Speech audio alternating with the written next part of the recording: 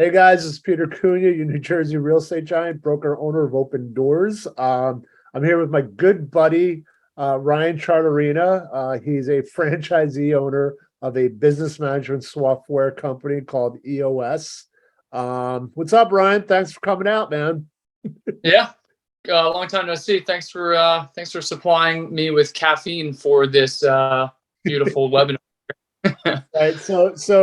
For people that don't know Ryan and I, we're connected through a networking group that we basically organically started via meetup.com. And him and I have been proud card carrying members. And, we just hang out the coffee shop and have a Tuesday morning kind of conversation that, I always feel like I'm better when I walk out of that coffee shop than I was when I walked in. So I thank you for that on a weekly basis. Yeah, I mean, I appreciate you setting it all up and just throwing ourselves out there, figuring it out, and learning some stuff from different perspectives. So I appreciate you for that. Yeah, no. So one of the cool things is you're a local guy just like me. I don't ever really consider it a rivalry, but you went to CBA, right? Yeah, And yeah. what year did you graduate? 2010. Oh wow, you're a baby. I'm an Yeah, RBC 91 alum. Very proud of that. And it's funny because I haven't been to a high school sporting event in a while. And recently we had a fundraiser at CBA, and I don't think I've ever been to CBA before. Um, really. it was the Harlem Wizards, I think, is what they go Yeah, by. And the kids had such a blast there.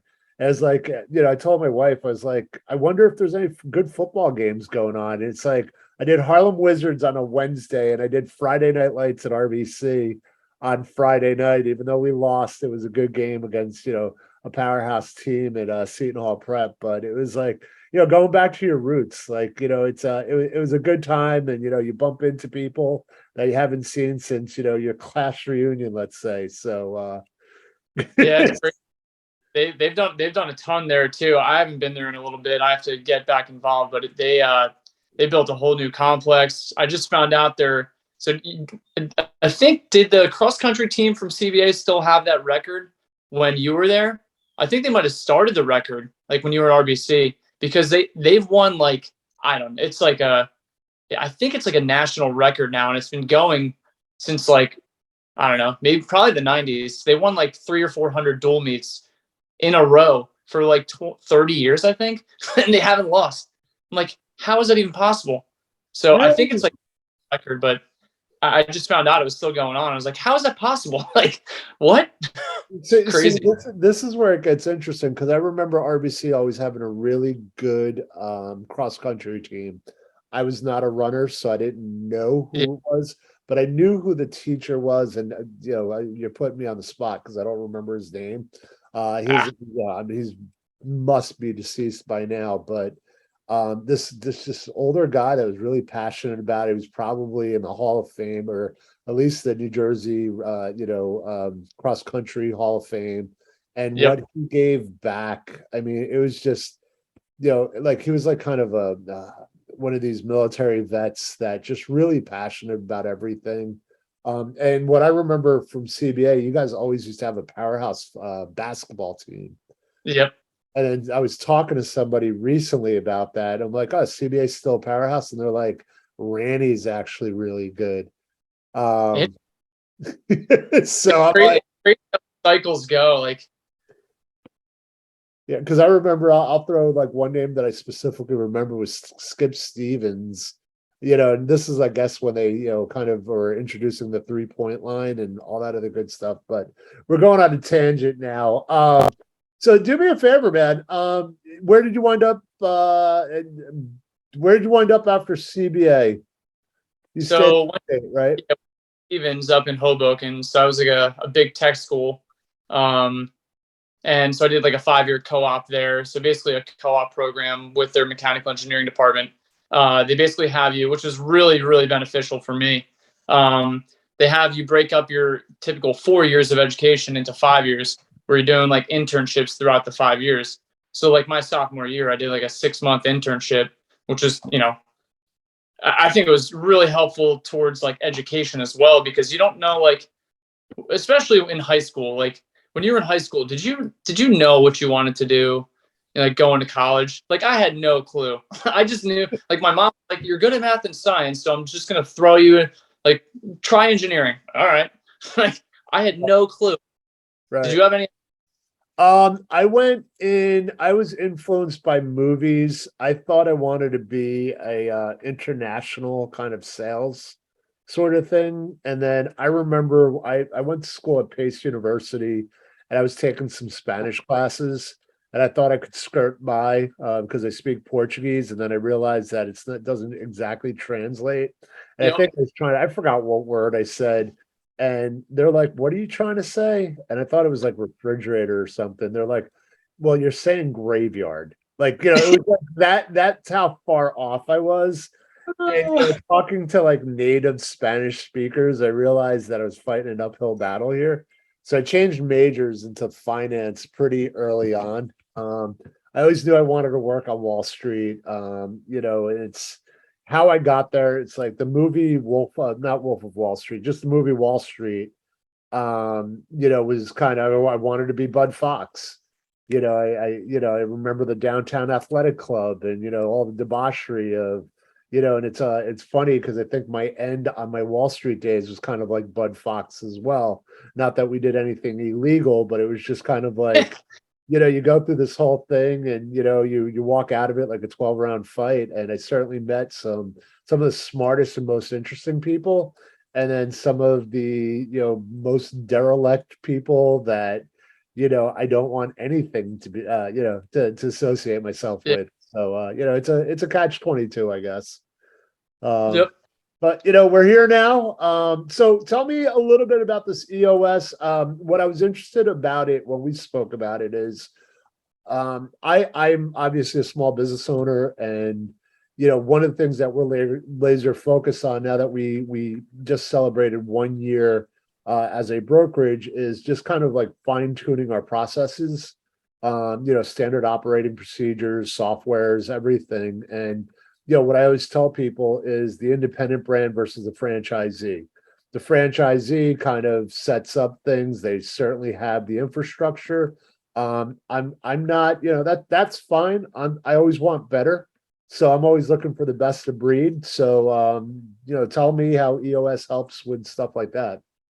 So, I mean, simply put, so EOS, and I'll give a background kind of where EOS intersected with me. So I worked for a company called Volt Innovative Solutions for like a year and a half. And when I first started, they had, like one customer. It was like straight up, pretty much startup mode in construction. So what we did is we sold like electrical prefab kits to electrical contractors who are doing like new build high rises in New York City. Very, very, very niche stuff. But basically our sell was that, hey, we're going to go build this in our shop based on the architectural electrical drawings. And then, we're going to supply it all in one spot. So when they have to go up to like the 20th, 30th floor, and they have guys that, oh, I forgot something. Let me go down to the second floor. There's a lot of time wasted. So that was really our pitch, and kind of, it's starting to take off like crazy now. This is when I got introduced to EOS. So we had a guy from EOS, his name's Svi Schwartz, who, he was our integrator at the time. So basically he came in, the whole point of EOS is to establish a clear vision for the company, gain traction in that vision, and then create a healthy culture, which will help supply the traction for the company. And those are really the three big foundations of what EOS is all about. A lot of people, a lot of business owners, if you ask them right now, what their company vision is, I'm sure they could tell you. Now, the key is if you ask their leadership team or even, some other people in the organization what their vision was of where the company's going, I would say about 80% of the other people would have different varying opinions of what the owner has. So communicating that vision is also really important. If you're not communicating that vision, how does your team know where you're going? It's like it's like, you know where you're going, but your team doesn't. And sometimes, you may not even know where you're going either, because, you have this thought in your head. You're like, oh no, it's in my head and I know what I want to do. But sometimes talking it out with your peers helps even clarify it further, and really hone in on, what goals do you want to have for your business. So EOS, I mean, we went from like 3 million, long story short, other way around, short story long. We went from like 3 million to 10 million, added like 5 new customers, all of which gave us second projects, basically on EOS. And it rounds out, all your processes. It focuses in on, the right people in the right seats. Folks, it gives you really all the tools and resources you need to clarify your entire company organization. So it made a huge impact in my life, and that's where, even my personal life too. So that's why, when I kind of separated with the company, I was like, what do I want to do? And it hit me right in the face. I want to be an implementer for EOS. So that's where my story comes from. That's really where I want to go. So two interesting tidbits. I don't remember if you recall, but I was telling you I was listening to the 5 a.m. call where the branding, and I always think of like the specific example that they used today was Tesla. Somebody working for Tesla, there's kind of like a little pep to their step versus somebody that, hey, I work at Ford, and I'm punching in a clock or whatever it is. The two very different things that I always, Simon Sinek, what does Dell make? What does Apple make? Very, very different. Apple's a lifestyle versus Dell's just a laptop, right? So we're currently doing our 2023 business plan, and having a team around me. So, I wouldn't say surviving, because we're definitely thriving right now. All cylinders are go. Everybody's doing well, or at least contributing to the ultimate goal. But culture is so important for us too, and knowing what we are, what we are as a business. Like, I had some guy put me on the spot. He goes, why, I've never heard of your firm before. And, it always gets back to the independent versus the franchisee. And it's like, okay, like, but let's see, I'll go up against a Remax guy, and I have a lot of friends that work at Remax, right? And it's like, let's hear them tell the story about Remax, versus everybody on my team knows what we're trying to build. It's a family, oriented type business. Even though we're not officially family, we feel like family because we do everything together. So it's just there's just a lot more going on here. Everybody's so much more invested. Like you said, it hits home. Culture is such a fascinating topic to me, and I'm really looking forward to diving further into it, because if you have the right culture, and culture could be like, you're all great friends, stuff like that, but culture could also be like respecting people's time, respecting people's wishes, a good work-life balance, not beating people to the bones where you're like, you need to be in the office 9 to 5 every single day. Like, it's focusing on what the company wants to focus on. And that's really where the vision starts. If you set a vision and you say you want to grow 20%, from, year over year, and you do 25%, why are you to tell anybody where to be, how to do their stuff, if they're already exceeding the I guess the vision that you set for the company? That is the ultimate goal. If you can hit your vision, and by vision I mean, so part of EOS, it's completely structured. So they have quarterly meetings where I would come in, implement, and kind of guide you through all the EOS tools and resources. So you do 3 quarterly sessions a year, and then you do 2 days of annual planning, meaning you dive in. And when I mean it is like, it is intense. It is so intense, because you dive into like the core of these issues. It's not like surface level stuff, because you're working on culture constantly. You can just open right up to each other, because you're focused on, you want the other person to feel comfortable. So but you also have a job to do. So it creates a really unique culture that it's very difficult to replicate without this EOS system. And I mean, I've been a part of good cultures. I've been a part of not so good cultures where, part of it, especially my generation right now, I feel like my generation wants to be heard. Like they value that more than anything. And I could be speaking, out of turn here, but that's for me. You want to be heard. You want to be. It's not as much more about the money as it is a good culture. And I could be wrong, but that's my notion on. I just don't want to waste my. I don't want to waste my time every day, every week doing something that I don't enjoy. And that's why this EOS thing it hit me right in the face. And I was like, I love talking about business and helping. It's so funny. There's a couple of components there. One of them is technology is a game changer, right? Yeah.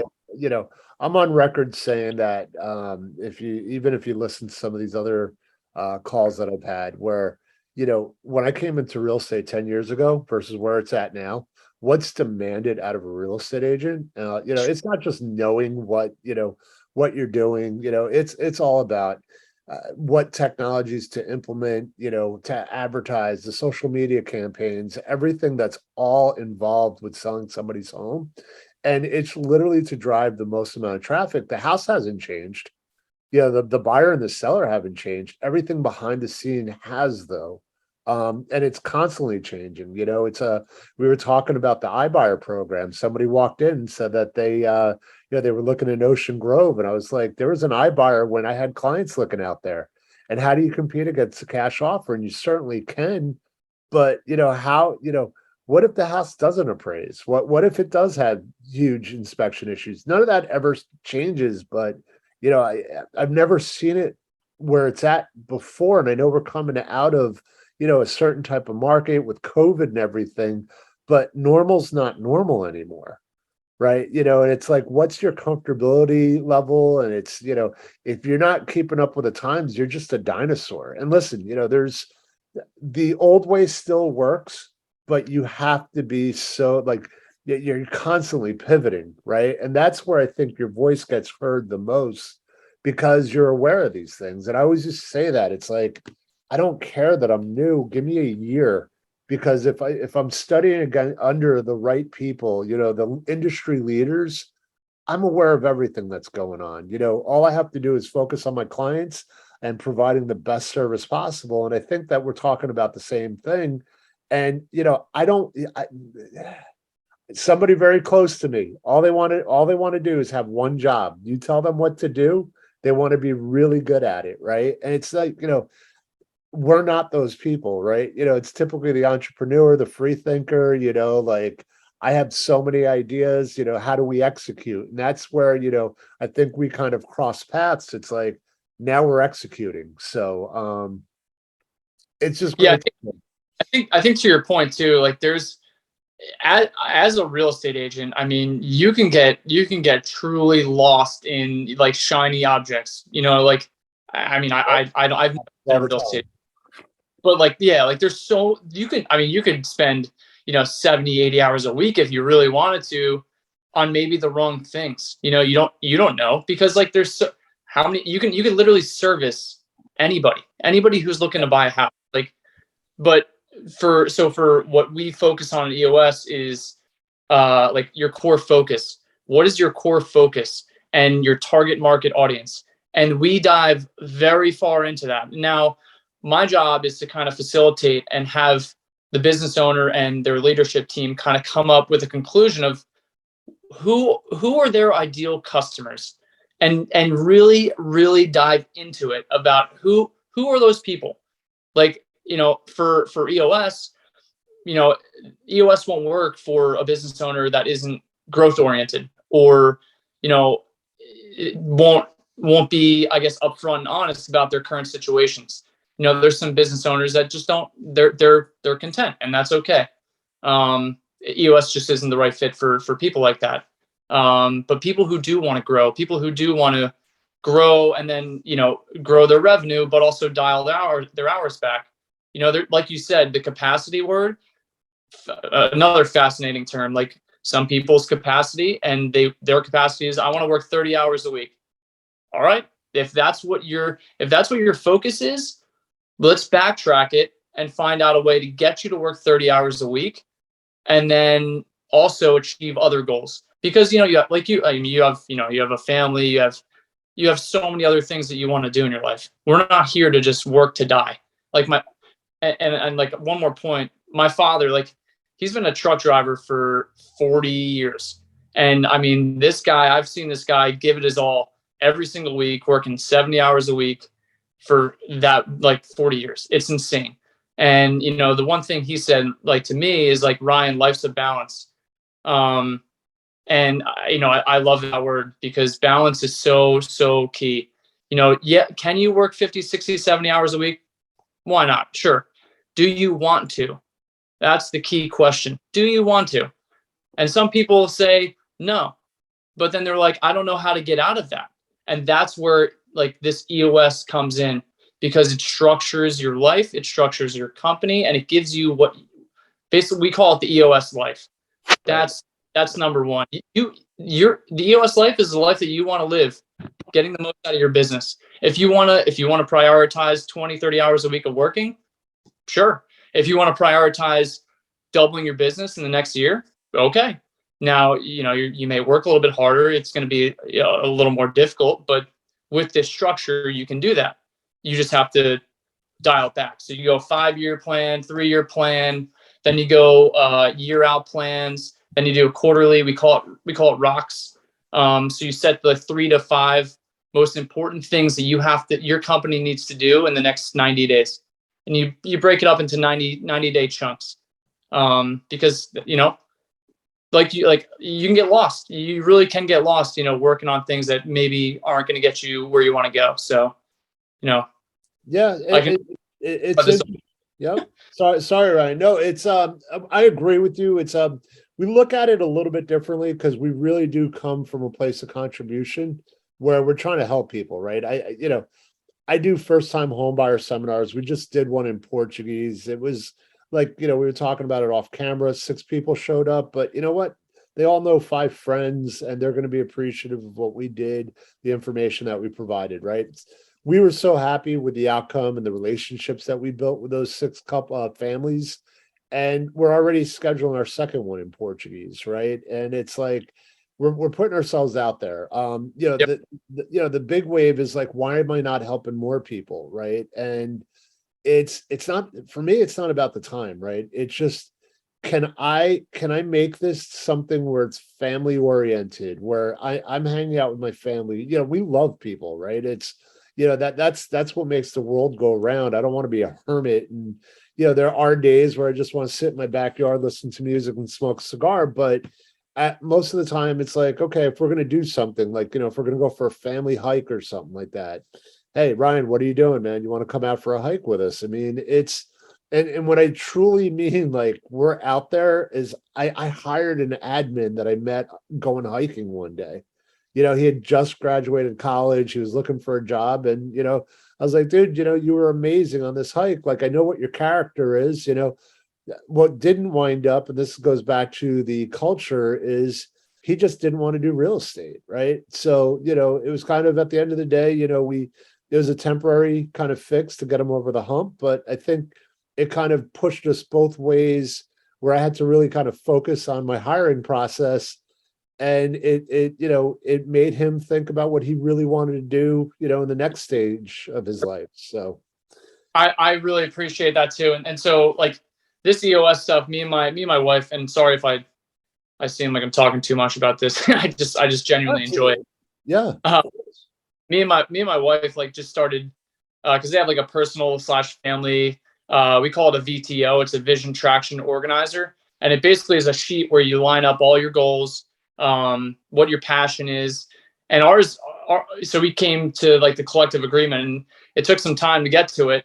But our passion, and why we wake up in the morning and why we do what we do, is to help others find their passion. I've done a lot of self-development work over the years. Like, I'll listen to YouTube. That's all I do. Like, I like relentlessly.